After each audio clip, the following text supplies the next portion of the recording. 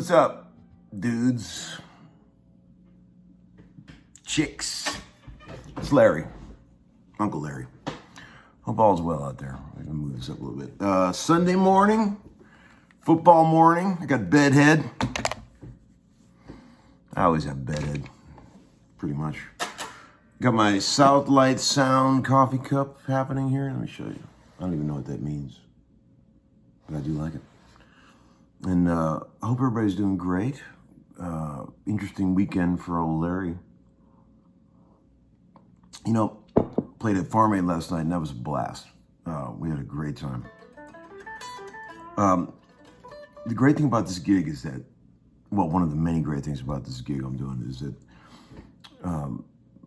the whole Colts plane thing is at your disposal. So, like after the gig last night, we played 4 songs, immediately on a van to the airport, and get on a Colts plane.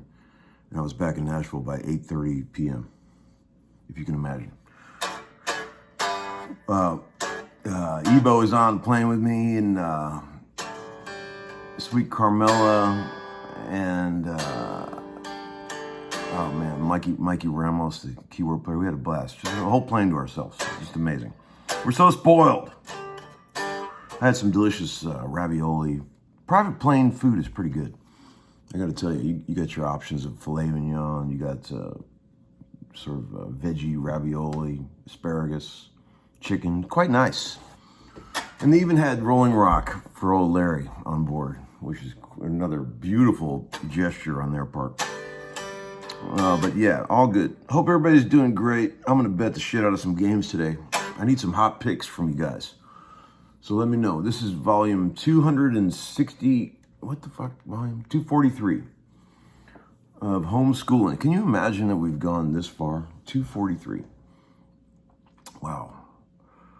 Who would ever thought that this thing would go on so long? Has it gone on too long? Maybe it's gone on too long. Look what this guy sent me. A guy named, what's his name? Gavin Bell. Sent this over from Europe. A t-shirt. Look at that. Isn't that crazy? Pretty cool, right?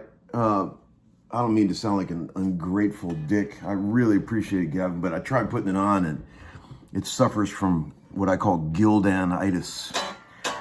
The arms, they're like this much extra material. I just ripped that shirt. On the arms, sticking way out like that. Well, why does Gildan do that? But it's a beautiful gesture, Gavin, and I appreciate it. I'm sure I love your design there. It's beautiful. It says maybe we can get one made on something besides Gildan. I'll pay for it. What if it says Bukovac VCB 2000 vacuum cleaner? Quite nice. Not a bad idea. Because, you know, I have an obsession with vacuuming. I always have. My ex-wife used to make fun of me, and so did our babysitter, because I was always vacuuming. And they were like, there he goes again. I love vacuuming, and I hate when stuff's on the floor. God, I hate when you walk around in bare feet and you can feel stuff on the floor. And when you got kids, that's a thing. You got to be careful with that. A few VCB questions if you guys are in the mood. One guy said, hey, Tom, how long does it take to get prepared for that Earth Day gig? Well, it depends. The one yesterday didn't take long at all to get prepared for, but normally it is a lot of work. I mean, we rehearse a lot. It's very long days, long hours, and we get taken care of, but I'll tell you, by the time that thing's over with, you're worn out. I know the feeling. You know the feeling when you get back to your hotel room after a wedding and you finally get to loosen your tie and take off the uncomfortable shoes? That's how it always feels at the end of those gigs, because it's so much work, but it's fun. But yesterday was a walk in the park because we only played 4 songs. We already knew them. Another guy said, hey, Tom, the highlight of Farm Aid was your solo on Love Reign Over Me with Ann Wilson. Thank you. I appreciate that. We got cooking pretty good there. I figured if we're going to do 4 songs, we might as well make them count, right? Another guy said, hey, Tom, what kind of amp do you like to play that SG through, that 61 SG that you're so excited about? Man, I'll play it through anything. It sounds amazing. On those gigs, I just use rental deluxe reverbs, new ones, and it sounds awesome. I mean, that's really all you need, man. I mean, if you can't get something cooking with some new backline rental deluxe reverbs, you should re-examine what you're doing. Re-examine if you can't get something cooking right there. One day I'm going to do an episode, I was thinking about this yesterday, of like 10 very helpful little inside tips about being on the road. And how and like 10 things you should always do when you're on the road. Road dog, road veteran things that you got to know. Little things like, for example, like even when you're checking out of your hotel, always keep that room key. Yeah, you're sure you got everything, right? You got your suitcase, got all your stuff packed up, and you're always down the hallway to the elevator. But if you leave that room key in the room, that dog will bite you, because inevitably there's going to be that moment when you're down in the lobby. Oh fuck, my glasses! And then you got to go through you got to go to the front desk. You got to go through all that. But keep that room key, even when you're confident that you have everything. It's just a little piece of plastic. They're not going to miss it, right? You can keep it. Little things like that. I've got a million of those. Man, I can make a whole episode of, I could call it That Dog Will Bite You. That's what I'd call the episode. Little things that you got to avoid when you're on the road. Like, don't ever lose your wallet or your phone. Number 1 rule of being on the road. Got to watch that phone and that wallet like a hawk, because you're dead in the water out there if you don't got that phone in your wallet. You're dead. That's why I have 2 phones. There's a lot of reasons why I have 2 phones, but that's it. Okay, let's get into some more VCB. This is in response to Mr. Chewy video where I was plunking on that BC Rich. One guy said, you still got it if you were wondering. Well, thank you, sir. I appreciate that. I was wondering. Another guy said, dude, I'm new to this channel. Love your playing and tones. One quick question. Are you plastered or do you always look like that? See, these people, you guys that have been here a long time know, these people don't understand. It's impossible for me to get drunk, okay? I'm not bragging about my tolerance level or trying to be a tough guy. But anytime anybody says, man, he's wasted on that video, it's never the case. I can't get drunk. It's not, if it ever looks like I'm wasted on a video, it's just because I'm really tired. Like the Robert Keeley video we did, everyone makes comments on there saying I look wasted. I don't think I even drank that day. But when you got 2 little kids and you're not sleeping very well, boy, that's worse. You look worse than when you are wasted. Anybody that doesn't have kids out there doesn't even know what it's like to actually be tired. I'm gonna say that one more time. If you don't have kids, you don't know what it's like to be tired, okay? I'm gonna say that one more time. So that's what you're seeing there. If it ever looks like I'm buzzed up, it's not that. I'm incapable of getting buzzed. So, what else we got? Another one here. I had another one. The guy said, oh, there's a good one here. Let me find it. One guy said, oh yeah, Tommy. Oh yeah. He said, that'll be one of the favorites on the next album. And he said, Uncle Larry, quote, I hope you don't get tired of my SG because it's the only guitar I'm going to play from now on. One day later, video playing BC Rich. And I wrote back, I said, if you look back, I clearly said the SG is going to be the only guitar I'm playing on live gigs. And that is a fact. After about 4 gigs so far I've played with that thing, and the joy that guitar has brought me in a live gig setting, I will not be playing anything else except it doesn't have a wang bar. And there's a couple moments when you need a wang bar, so guess what I did? I went and bought another one. Another 63 white one with a wang bar. So I'll just bring 2 of those to the gig. 2 SG specials, one with a wang bar, one without. And that's what I'm just gonna do from now on. And if they don't like that, they don't have to hire me. But man, there's something, like I said, I just never realized in 54 years what a great gig guitar those are. I should have listened to Pete Townsend. There's a reason that he used those. I never would have thought that an SG Special was what I was looking for all these years. I never would have thought that.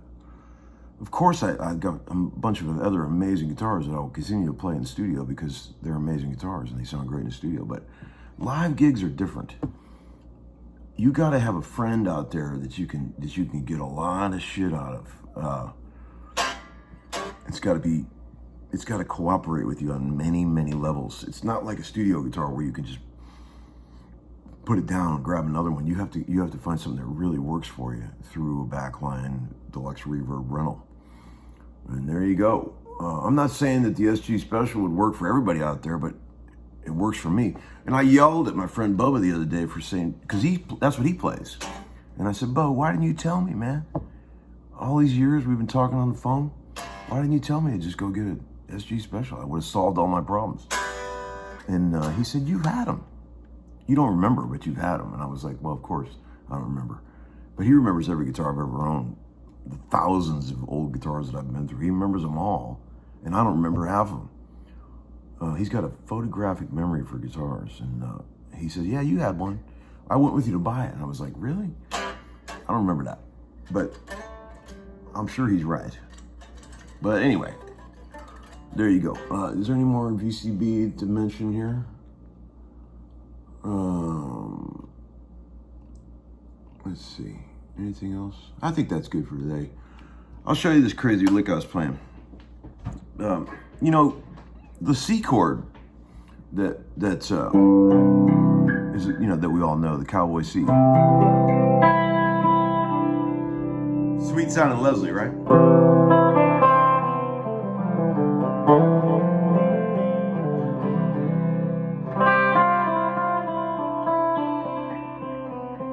That's a good thing you should practice. Scale chords. You should practice playing scales while you're holding chords down.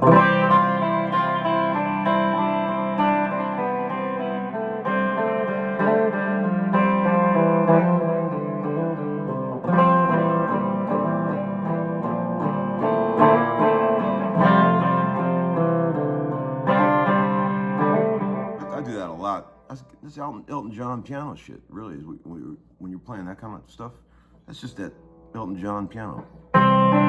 So a C chord can be movable, right? Especially when you put a little fifth in the bass.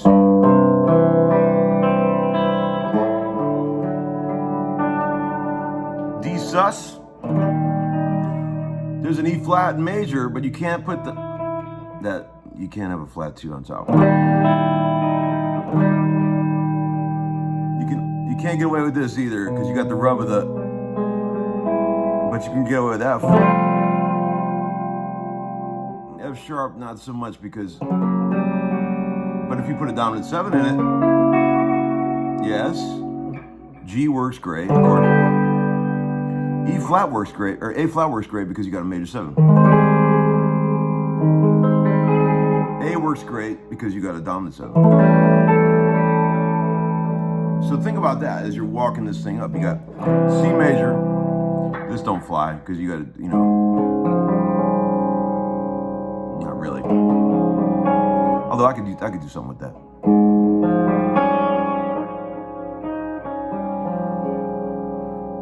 It's a D flat major, flat 5. D sus, E flat major, the chord you don't want. F add 9. Unless you put a dominant 7 on that, you can't really get away with that F sharp. G major, A flat major 7, A dominant 7. So there's some very usable shit there, right? You see, you could slide that all around.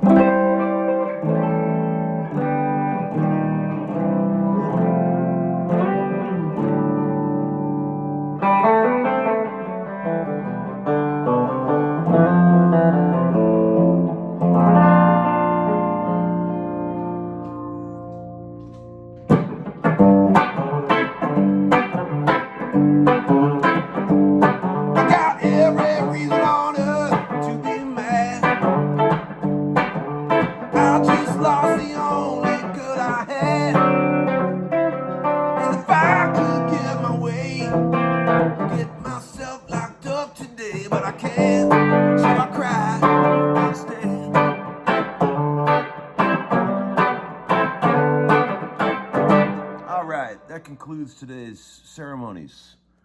See you next Sunday, or sooner. Bet some football. Let's go. Check this out, people. I found a guy who's the best guy on planet Earth at painting these NFL vibrating football guys. And I told him, man, make me a team of 1964 Cleveland Browns. Look at the detail on these. Can you even imagine? So over here, this is a real roster. Look at how power-packed this was. We have Gary Collins at flanker, Lou the Toe Groza, Dick Shafrath, John Wooten, Jim Houston, Gene Hickerson, Jim Houston, Paul Warfield, Frank Ryan at quarterback. We got Leroy Kelly, Jim Brown, and Ernie Green in the backfield. Talk about a power backfield. There you go.